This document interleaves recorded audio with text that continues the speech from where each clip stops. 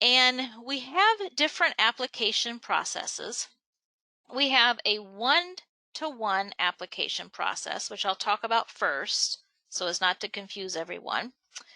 So a one-to-one application means you have one application form, and for that application form, you have one pool of money, or you just have, if you're not awarding anyone, you still have to have what's called a posting fund. So you have one application to one fund.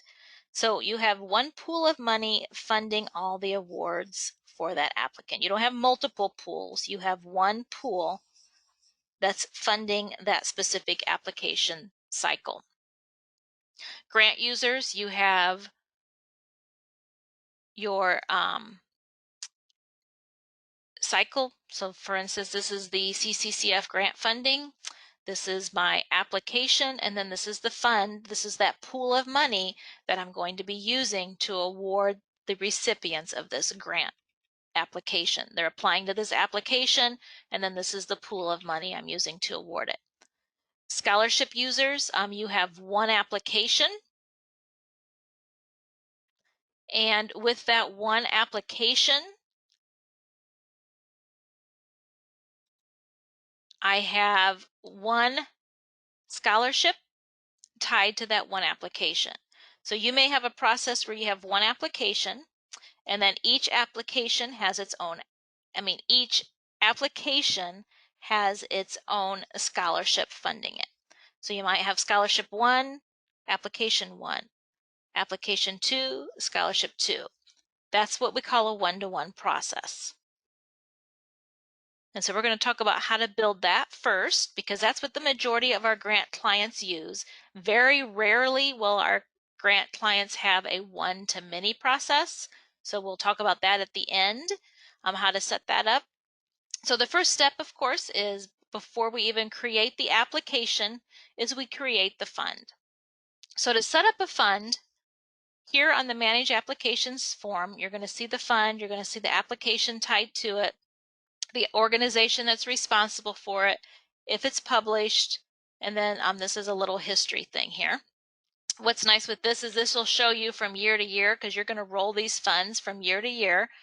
But this is going to tell you here what applications have been used to apply for this funding. It's going to give you a listing of every academic year, and we'll explain to you what that is. Academic year, fiscal year for grants. It's going to tell you what application form was used to apply for that pool of money.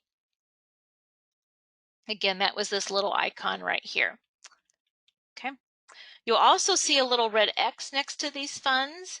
If you click a red X, you've deleted the fund and you've deleted that fund history. So you do not want to delete that fund if you do not want to delete your awarding history.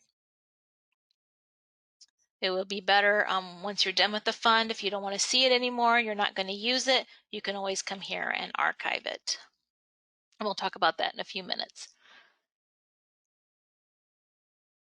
So to create a new fund, we're going to come here. I'm going to hit Set Up Funding. And when you create a new fund, there are some items that are automatically turned on when you get your site, and items with a red asterisk must be completed. The items that don't have a red asterisk are there if you want to populate them with data. You don't have to, but they're nice to have. But just know, like here, these fields will show on the screen that the applicants see when it's been activated. So if I do 6 and 10, you'll see. So to set up the fund, you have to put in the name. So I'm just going to put in test fund here. And then, of course, we don't have an application to tie to it yet, so we won't tie it to the application just yet. And then here we have sponsoring organization. And of course, that's the organization that's going to be responsible for maintaining this. Even though it's not asterisked, I would recommend you put a sponsoring org in. And then you're just more than likely just going to have your name in there because you're the only organization on the site, more than likely. And then the annual budget academic year. This is the year. You can go ahead and leave this blank because once you associate the application form, it will tie it all to it. General ledger account, if you want to put your general ledger number in here, you can do so. If you want to put some type of a number in here, and then for whatever, so you can identify it with your general ledger. And then published, viewable to applicant. So this is what publishes that application form. Remember when we run the home page, we had that published yes and no. This is where that's coming from. So if this says no, this means applicants cannot see this, they cannot apply to it. If it says yes, it means they will be able to see it and they will be able to apply to it. If it says no, there is a private invitation process where you can invite them to that. These next two buttons are for integration purposes only. And so you're going to see they're defaulted to yes. If you have integration, then that may have some recourse on these buttons. But if you do not have integration, then these will not be set. They'll be defaulted to yes. You want them to say yes because otherwise applicants won't be able to access some of your application forms if they're not properly set. But if you do have integration, then this will come into play and we'll go into more detail when we set that up for you. The email signature is a means for you to enter your signature line. So like when you close out emails, you probably have a signature, like I have something similar to this.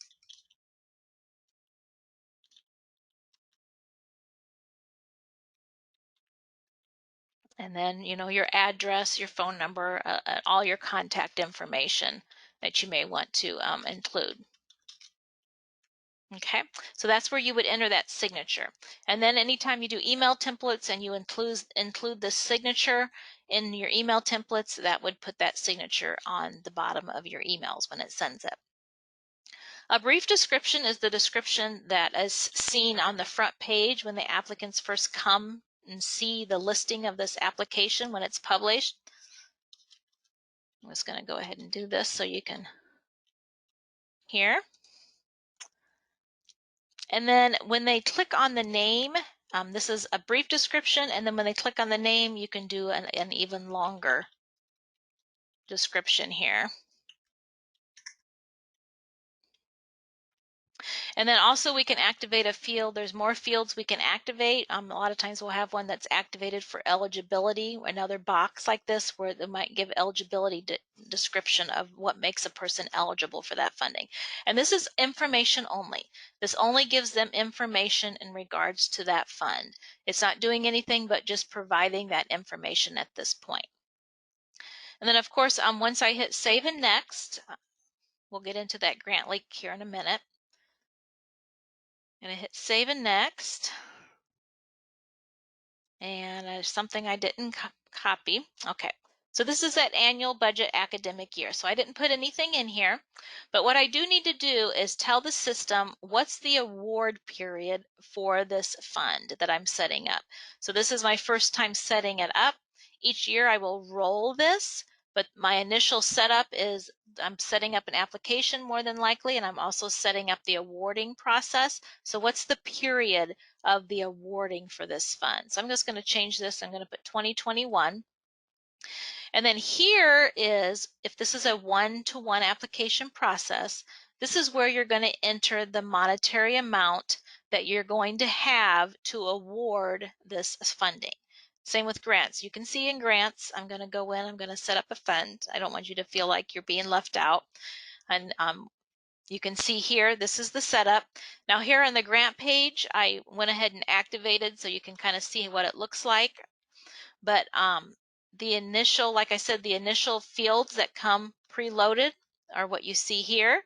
But in the administration dashboard under site settings, there is a setting under the grants and fellowships section. There's a section called grants and fellowships where there's 20 different settings where you can activate additional fields that there's essay boxes, there's a few text boxes, there's some drop down boxes, And if you activate those fields, you can capture more data, not just that data that I showed you on that front page. You might want to capture some more information on those funds. So you can activate those fields, name those fields, whatever headings you want them to be.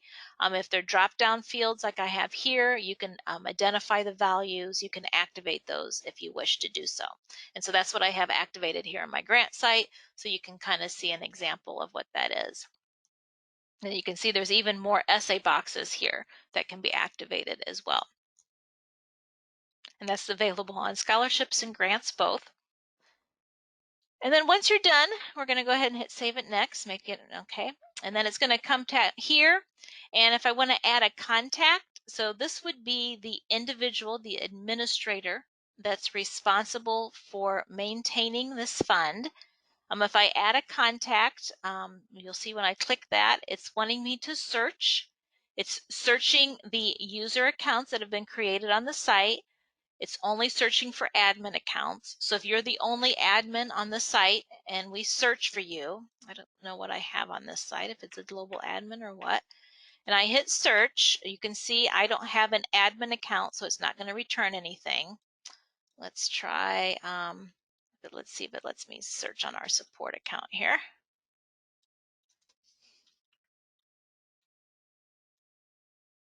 Okay, and so I entered support, and it's just going to pull up all these roles here, and then I can select any one. So I'm going to select, let's select, let's see, who's an admin, admin. These are all our different admin accounts on the site. Here's one here we can, so and then I was just click add, contact was added. And then here is the contact. And so this will show as the contact person on the grant page. And then once I enter that contact, you don't have to enter the contact, but you can. And then of course, if I want to delete that individual, I can delete it and then add another one. But I'm just going to go ahead and hit next. And then if you have donor information, this is where you would enter that donor information, add donor. If you want the donor information to be included, you can do that. You can enter their last name, their first name, and then an email address for them, and then any other information you'd like to capture on them, and then hit save. And then that donor information is there. And this also comes into play, this email, is if you're using our thank you letter process. So when you contracted with us, if you contracted for us to set up that thank you letter process, there is a training on how that's all set up, but this is where that email address for that donor would come into play. I'm going to hit next. And then if you have search filters, which the majority of you probably won't have search filters, but the next screen that opens up is where you would activate, and according to the specific fund, like let's say you had 20 scholarships and each scholarship had its own application. You don't want the students to have to scroll through 20 applications to find ones that they're eligible for. You can set search filters that creates that search page that we saw a minute ago, which we'll see here in a second again, and then say, okay, for this fund that I'm setting up, the applicant, what makes them eligible, and then you set the eligibility for this fund. Now, this isn't eligibility for creating the application. This is just for them when they're searching. You're creating search fields for them to be able to search for a specific application form. Like I might have applications for a specific high school. So I don't want applicants going in and applying to every application. I can create the search and then have this specific application, the specific fund that I'm setting up, say high school, and then list their high school. And so then when they do that search page, they say only give me applications for blank high school, and then it'll return that to them. So that's where you would set those. So we're going to hit finish, and you would want to set it for every search filter you have to set the replies. So if it was if citizenship wasn't a part of that, you would still set it for all of the values of citizenship. So then I get this message, funding has been created. I click OK. And now I've got that fund here that I just created. And if I want to look for it, I can. search. And I believe it's this one. Well, no, I can click on it here. And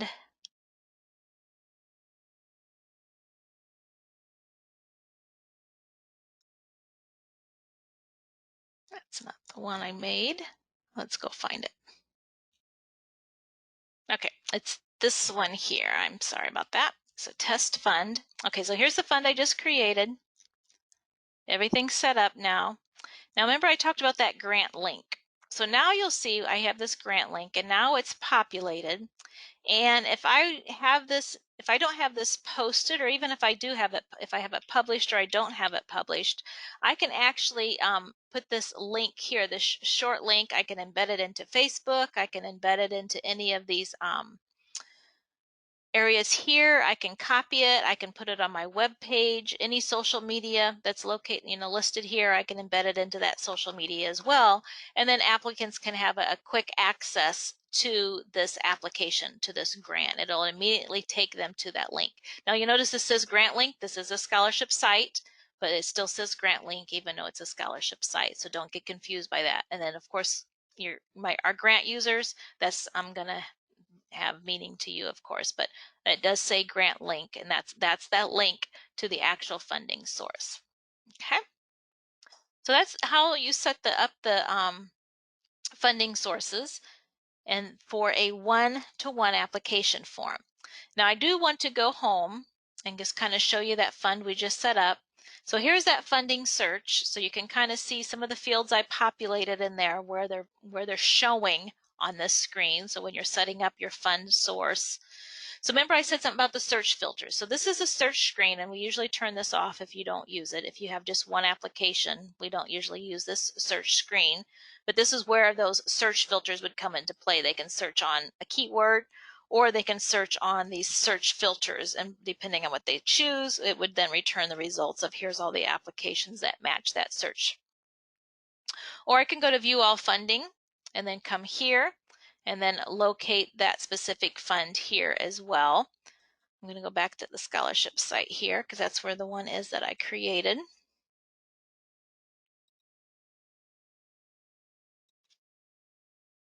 Okay, now we created that fund, and so I'm just going to scroll here until I find it. Okay, here it is. So here's the fund, and I just wanted you to see some of those descriptions. So here's the name of the fund, and then that first one was the brief description. So this is where that brief description shows. Then when I click the name, you'll see those fields. Remember I said that if you did populate them, you didn't have to, but if you did, they would show here on the screen. So here it's giving me the application fund details, so longer description. Remember I typed that in that description box. The contact information that I added, it's showing that contact and a quick link to that individual. And then that general ledger, the award amount. This was that award amount field that was not required.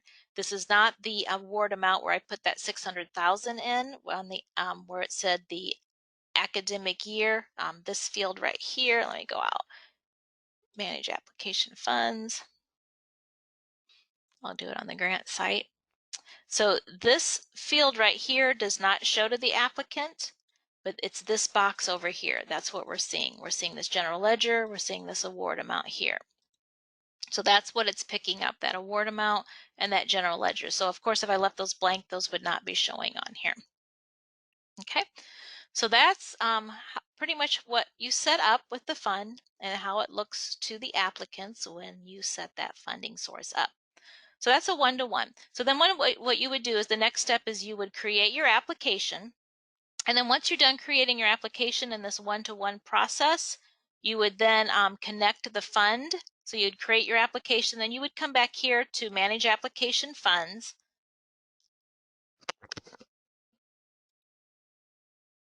And then locate the fund you created.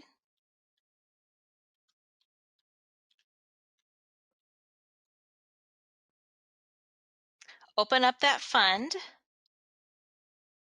And then locate the application you just created. Select that application.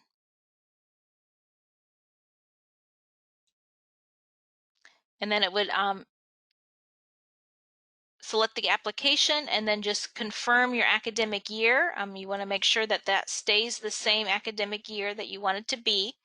If it's not the correct academic year after you select the application, you can always come here, hit the green icon and hit this plus sign and add additional academic years by just coming here, picking up the figure, adding the amount, and then hitting the plus sign to save it. Or if I wanted to change the amount or change one of them, I can come here, hit edit in a prior period, and I can make this 650,000, and then click update, and then it would update that amount. And then you can close it. But one thing you want to use caution is when you change it here, it doesn't automatically change it on the application. So you would have to go back in on the application.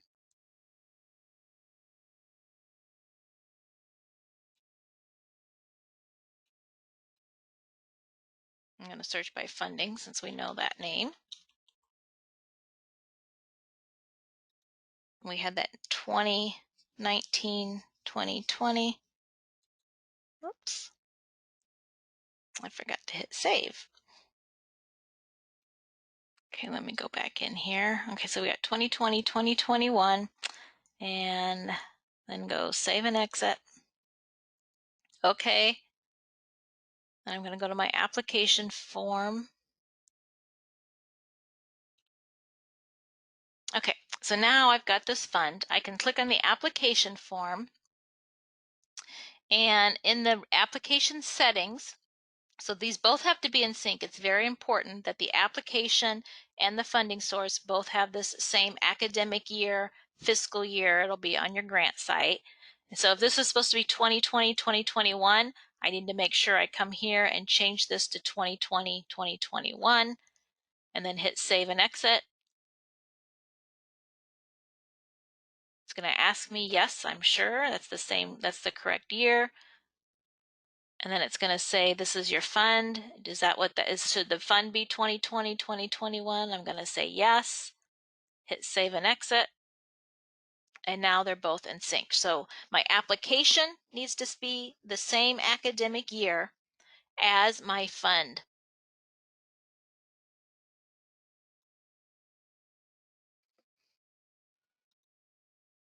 So I click in on this fund. I've got the 2020, 2021, and I have a monetary amount for that period. So this is the amount that it's going to be using to award, and this is the application. They have to be the same. This is very important because this is how the system keeps track of the award history. It's going to say this is the award history, this is the application that was used to award. It's going to look for the applicants in this application, see how those applicants are awarded for the 2020-21 period that's on the application. So if there's nothing here, then it's not going to report the right year for that application. So that's what you got to really watch. And we'll help you set that up with part of your process review. We will have that discussion. So don't be too fearful about, oh no, I'm not sure if that's right. That's something that we discuss with you in the process review. Okay, so that's how you set up a one-to-one. Now a one-to-many is set up a little different. And if you're a grant user, more than likely this will not have an effect on you. This is not something you would be using. Very few grant clients have a one-to-many process. The only reason a grant client would is if you have multiple pools of money. You have one application that applicants are applying to, but you have several pools of money, not one big pool of money that you're going to be granting. You have several pools, then this one-to-many process would affect you. But like I said, very few of our grant users, they usually have a grant cycle. They have one grant application and then one pool of money funding all the grants that they're awarding for that specific program. So a one-to-many for scholarship users and grant users, but more than likely not grant users, is very, like I said, very, very few of our grant users use this. Grant users, you do the one-to-one.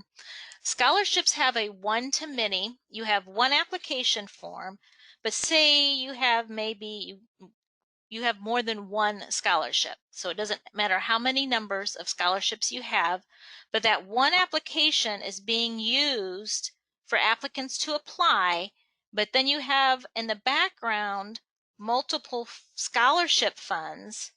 So you have maybe 4 scholarship funds or more that are going to be awarded based off of that one application. So the applicants are going to come in, they're going to apply, then you're going to look at their eligibility and start matching them to certain scholarships. So our system does that matching based on this functionality that we're setting up. We're going to show you how to set up now.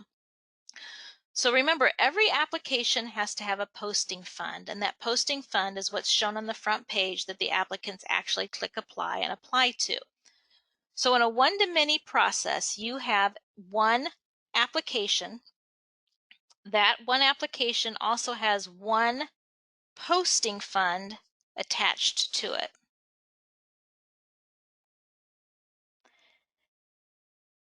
Which is kind of a shell fund. So when you create that posting fund, you're going to create your fund like we just did. You're going to set up your fund.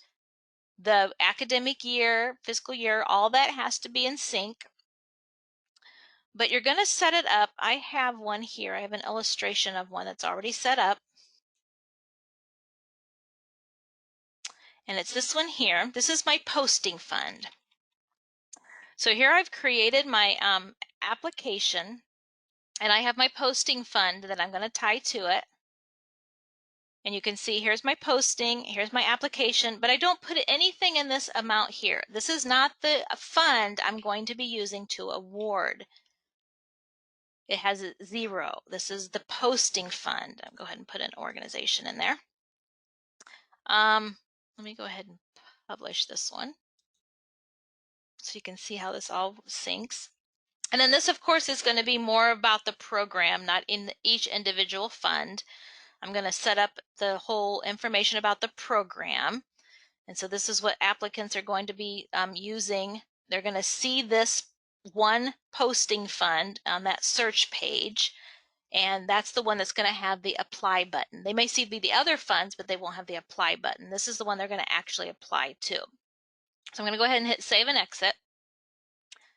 And then for each individual scholarship that's a part of this application, I set up individual funds for each one of those. So here you'll notice these don't have applications attached to them because those are the actual scholarships that I'm going to be awarding. So here I have a scholarship.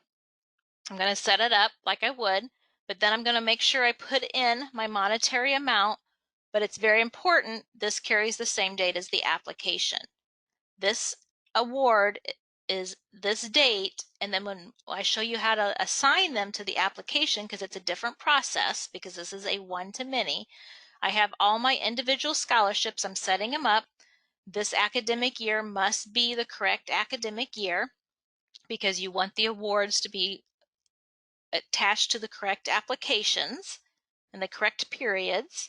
So then you set up everything like you would normally set up the fund. And you're going to put, you don't not put the email signature here. The email signature only goes on the posting fund because that's the one the applicants are applying to. But you can give your description of this specific fund. You can do a longer description, this specific fund, and then all the other information you can bypass because this specific fund they wouldn't be using to search because they're not searching for the application. This is all in regards to this specific fund, the details of this fund. Okay, and then we would hit save and exit.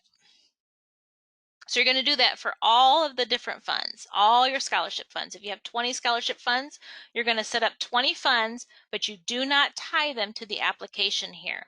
The application's tied to this posting fund here. And then we build all the individual scholarship funds with all of their details as well. Let me go ahead and let me publish this one so you can kind of see how it's going to do this. Publish yes. Okay. And hit save and exit. Click OK. Okay, so both of those. I've got Arvin McCord posted, and then I've got my posting fund. Make sure that it is, okay, so both of those are posted. So this is my fund here. This is the one I built, and this is the one the applicants are going to apply to. I've tied my application that I'm using to apply to this fund. So now let's go to the home, and let's go into the applications themselves. I'm going to clear the list here, go search. And here is that application form. So I'm going to click on the application form. And in the build under application settings, I'm going to have this assign application funds. So here is where I assign all the individual scholarship funds. So I would come here to assign application funds, and then I would have all these funds listed here, all the individual scholarship funds. I would select the scholarship funds that are part of this application process. And then I would hit the directional arrow here, and then that would move them to this list. And then I would hit save, click OK. And then what this listing is telling me is that this is my application and my posting fund. And then on this application and posting fund, these are all the scholarships that we are using to award. Each one of these scholarships I'm using to award. Okay, so now you've got all that set. So then when you get into the build of the application, that's when you start saying, okay, these questions, this is where you start building the criteria and you start adding all that. So the criteria then would come into play. Here's the scholarship, and then this is what makes them eligible. And then the system starts doing all that matching. And we'll talk about that more when we get into the build of the application. We won't get into how to build this criteria now. We'll get into that more when we're actually building the application, because that's linked to when you create a question that's a criteria question, then it starts building that criteria automatically, and then we just got to go in and fine tune it. So that's part of application build. We'll get into that in one of those trainings. Okay, but that's how you link that's how you assign the individual funds. You build the application, you have that what we call posting fund, and then that posting fund is what gives the information to the applicant, describes the program, and then as they're applying in the background, they're getting matched to these individual funds. Now you also can have those individual funds show on this funding search. They just can't apply to them. They have to apply to the actual application. So if I was to go here and I have my application here, you can see there's the apply button. And right now I'm logged in as an admin, so that's why it's not letting me click it, but this apply button would be available. But then remember that Arvin McCord, I actually published that one too, because I wanted you to see. So here it is. You can see it's here. There's no apply button because they're not applying directly to this. They're applying to that posting fund. So you're going to see that's how we set those up.